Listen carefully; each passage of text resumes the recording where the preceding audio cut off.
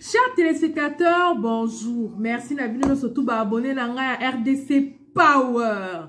Bino soto boye lelo to kutana to solola to échanger ngana bino bobo sanate ko s'abonner na chaîne ya bino bo partager ba te belé ba kota la ba image ba découvrir ya bino ndeko ya bino famille na le sous lelo ko solola na bino toujours dans cadre de sensibilisation contre maladie ezo tungisa contre maladie ezo boma. Bande konangai, mes frères, mes sœurs, bobo sanate, faut dire aux familles, vous qui êtes à l'étranger, appelez les membres de famille. Il faut absolument conscientiser les gens sur la maladie. Il faut absolument que les gens prennent conscience de l'existence de cette maladie. Que les désastres que cette maladie a causés en Asie et maintenant en Europe, comme en Amérique, que cela n'arrive pas en Afrique. Que cela ne nous atteigne pas en Afrique. Quand bien même ça aurait commencé, mais que les désastres ne soient pas comparables à ceux des pays développés, quoi. Non, nous, en Afrique, nous voulons que, même s'il y aurait des morts, mais il n'y en aura pas beaucoup. Pourquoi? Parce que toi, nous aurons sensibilisé nos familles. Nous aurons parlé à nos familles. De manière à ce qu'ils se protègent. N'attendons pas seulement que le gouvernement fasse quelque chose, mais celui qui peut mettre un seau d'eau devant la porte, à l'entrée de sa parcelle, à l'entrée de son domicile, afin que tout celui qui vient de l'extérieur, avant d'entrer à la maison, nettoie les mains et stérilise ses mains. Comment ça va se faire? Nous avons nos désinfectants. Nous avons nos produits hydroalcooliques. Nous avons le savon, que ce soit le savon liquide ou que ce soit le savon en dur comme ça. C'est important. Il faut que les gens lavent les mains, se désinfectent les mains. C'est indispensable. Nous n'allons pas attendre tout le temps que le gouvernement fasse les choses. Nous nous rendons compte, chacun dans son milieu, chacun dans son pays, dans sa ville, les limites de notre gouvernement, les limites de nos responsables. Et lorsque eux, ils se limitent, il faudrait que nous-mêmes, la population, que nous puissions assurer aussi une partie, le reste, le plus simple. Je vous emmène aujourd'hui l'exemple de ce monsieur qui est un médecin, qui trouve que, bon, voilà, mon pays, ma ville a des limites, ok? Moi, du mieux que je peux, du peu que j'ai, je peux faire quelque chose. Je peux aller dans les marchés, je peux aller parler aux gens, je peux aller parler aux passants, je peux aller sensibiliser les gens. Le petit geste, le tout petit geste que tu peux faire, fais-le. Je vous demande de suivre avec moi ce médecin de formation, ce médecin qui a le souci, comme tout médecin, de la bonne santé de ses compatriotes, de ses malades, de ses patients. Ensuite, nous allons discuter encore un tout petit peu, moi et vous. Merci et suivons ce frère.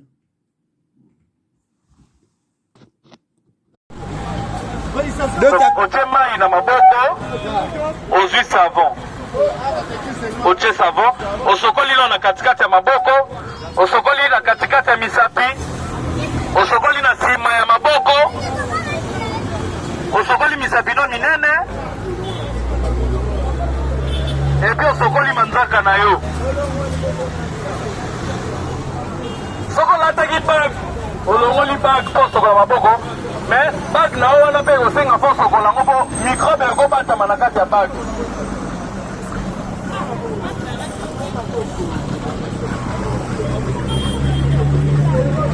Attends, où c'est là, maman? Et la peau là, tu es contaminé.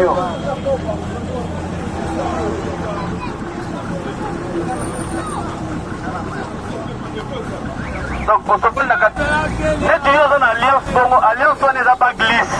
On a rotika. Mais l'alliance, c'est dans la rigueur. On n'est pas nettoyer un peu. Faut le moulango, mais tout en sachant qu'il faut nettoyer un peu. On a rotika. Vous gardez 1 mètre. Merci, maman P.A.C. Ozo tambola sokola maboko ya. Bon, malheureusement, pas moyen de permettre un atteint parce que c'est une initiative personnelle.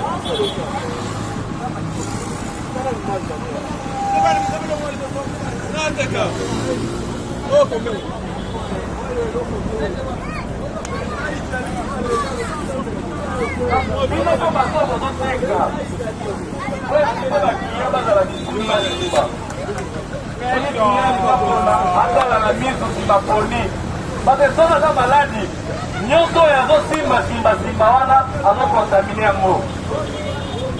Donc on doit que ba client pas dans la discipline. Donc dato kota mango ta wenzi. Discipline bango. Ta wenzi ba yoki na bango.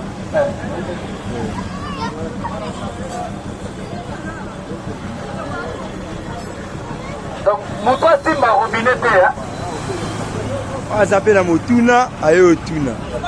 Mais on peut ça na motuna akoki koya kotuna parce que toyoki biyoka yo tepele et okoto sunga bato balongola bareme wana baza nango na likambo.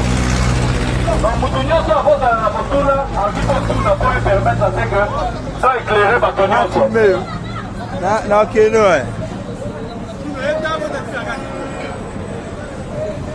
bato soki bokosolola bogarde distance ya minimum 1 mètre po empêcher que soi na yo ezwa moninga econtamine ye.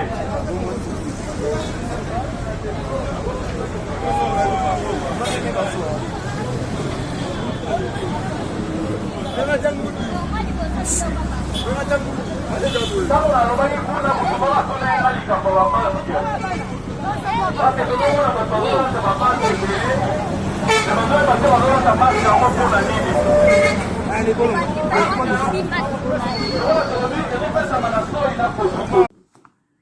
Ben voilà bandeko na ngai tomoni ndeko na biso wana ndenge nini ache so na ye na nzela ndenge nini azosunga bato na mai na kosokola maboko na savon.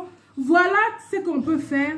Okoki osala eloko ya bongo liboso aporte ndako na yo par exemple, de telle sorte que bato nyonso ya ndako na yo oyo nyonso to auta libanda ntango azozonga na kati ya lopango na kati ya ndako asokoli maboko na ye na savon na biso. Par exemple mimi kuna ya Kinshasa tozala ba savon ya modèle oyo otie savon asokoli maboko, y a pas de problème, asokoli maboko na ye apangusi na ba serviette en papier boye, ba serviette boye en papier apangusi maboko na ye alazui abwaki na sabwaki serviette ni na poubelle parce que serviette wana ya ba essuie na biso tant ozo pangusa batumi bale misatu on ne sait pas ba microbe mutu so asokoli maboko bien te akoki toujours ko transporter microbe sous na kati ya serviette bien surtout boza sous contaminé. Donc mieux vaut papier mouchoir mutu apangusi maboko na ye abwaki. Tout ça la robiso nyonso tout remona que ezala liboso ya ba bureau na biso na ba entreprise soki ba produit hydroalcoolique ezali de telle sorte que mutu asokoli maboko na ye apangusi yango akoti na musala. Mais sans oublier que produit opéné ba médecin bazoyebisa biso na ba émission soki osaleli yango mbala ebele na journée en fin de compte et travailler sous thé.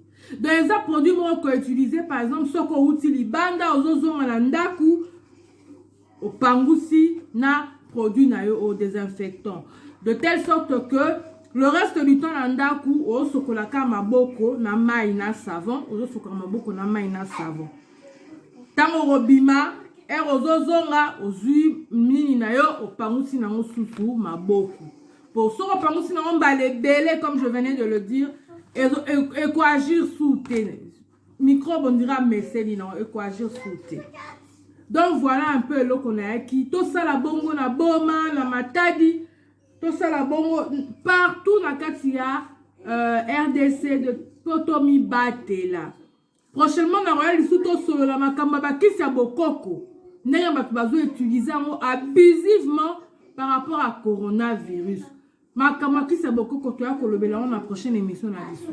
Merci na bino soto bolandinga nzamba za na bino surtout ba bazana ba confinement en tout cas sala nyonso fana na ndako na o passer toi na bana na yo passer toi na madame na bandeko bozana bango journée moko mibale misatu ndenge basala Kinshasa ekoleka et puis le lendemain bon nzamba ko pouvoir kaka merci na bino surtout bolandinga tomona ina mbala sima nzamba batela bino nzamba a protéger bino moko pe bo se protéger pe merci et bobo sanate ko s'abonner ebele ko partager émission na bino ya bino ndeko ya bino famille bye à la prochaine.